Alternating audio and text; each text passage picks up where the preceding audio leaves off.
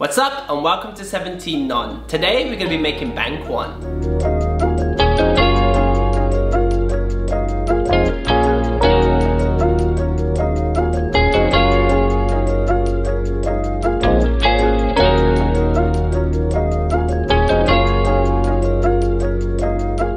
Banh Cuon are often eaten for breakfast in Vietnam and are super light and packed full of flavour. Banh Cuon are super thin rice paper rolls that are made up of rice flour and tapioca starch. This is one of those Vietnamese dishes that's super under the radar, and if you've never had it, you gotta go and try it right away. And with all that said, let's make Banh Cuon.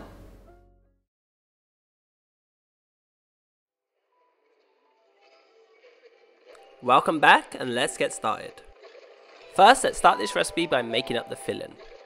Right off the bat, we're going to need to hydrate some woodear mushrooms. Woodear mushrooms are commonly used when making Banh Cuon. However, if you can't find these, then various other mushrooms will do just fine. Add the dried mushrooms to a bowl, then cover with hot water. Then leave to hydrate for around 10 minutes. Now moving on swiftly, we can prepare a few aromatics. Bruise and finely slice 1 lemongrass. Next, crush and finely chop 4 garlic cloves.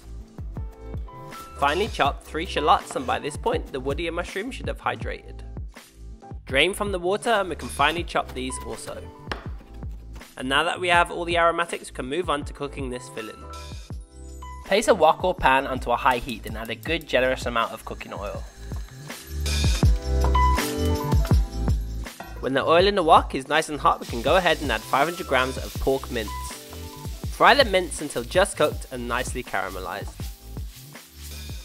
When ready, add 2 teaspoons of white sugar, then we can throw in the veg and chopped mushrooms from earlier.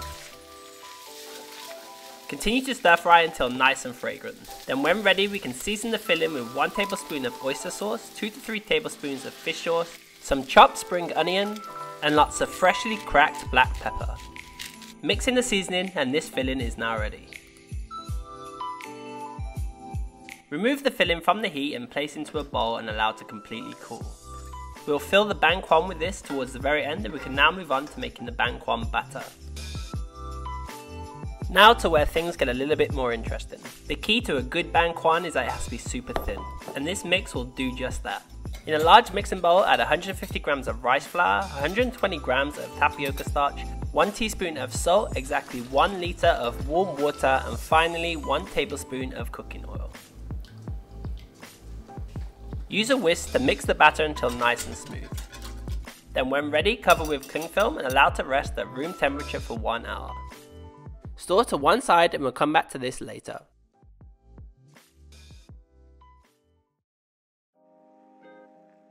Whilst we wait for the batter to do its thing, we can move on to making the rest of the dish. First, let's make Nuoc Cham. In a small bowl, add 50 grams of white sugar. Then add 100 ml of boiling water. Whisk this well until the sugar has completely dissolved.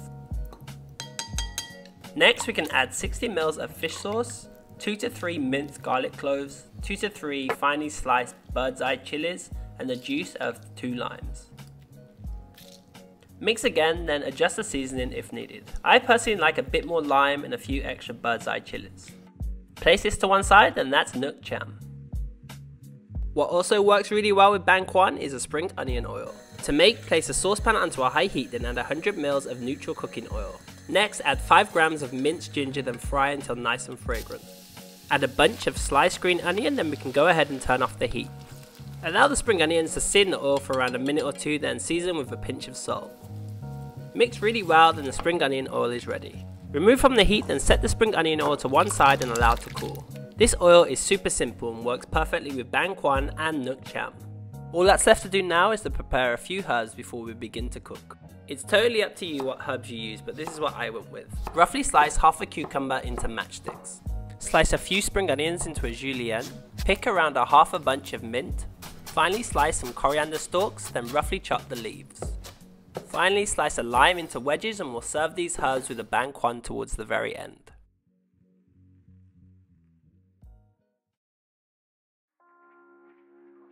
After 1 hour of resting the batter, the Banh Cuon is now ready to cook.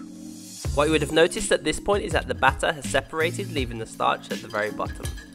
Whisk well to combine the starch and the water again, and the batter is ready. Also, before we begin to cook, we need to oil a worktop or chopping board, and this will prevent the Banh Cuon from sticking when cooked. Now place a pan onto a medium heat.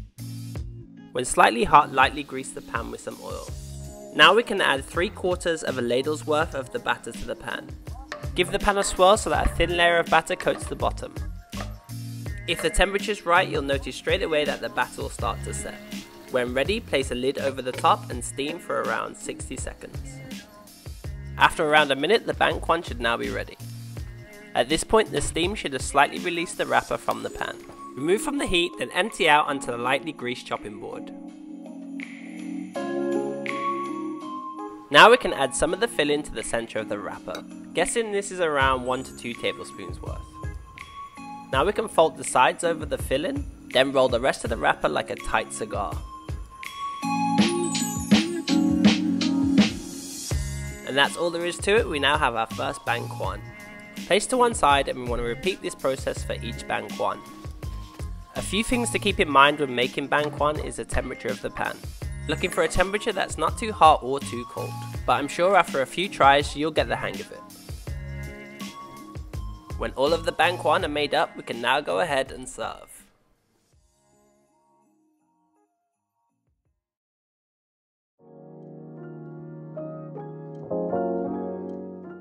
Traditionally, we serve Banh Cuon with Nuoc Cham on the side.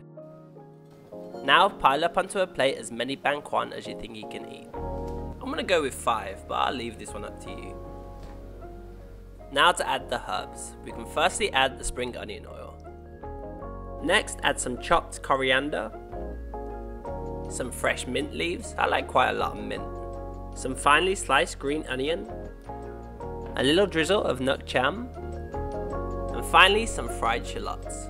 Sorry, I forgot to film the fried shallot part, but how you make them is you simply fry some shallots.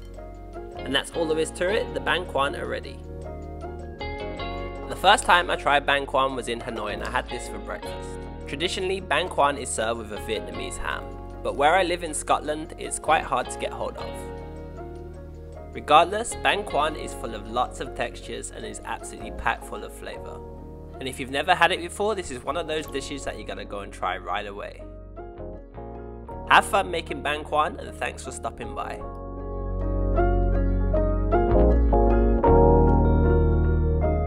Thanks for watching, and I hope you guys enjoyed this recipe. If you want to see more stuff like this in the future, then simply click on the subscribe button. I'd really appreciate it.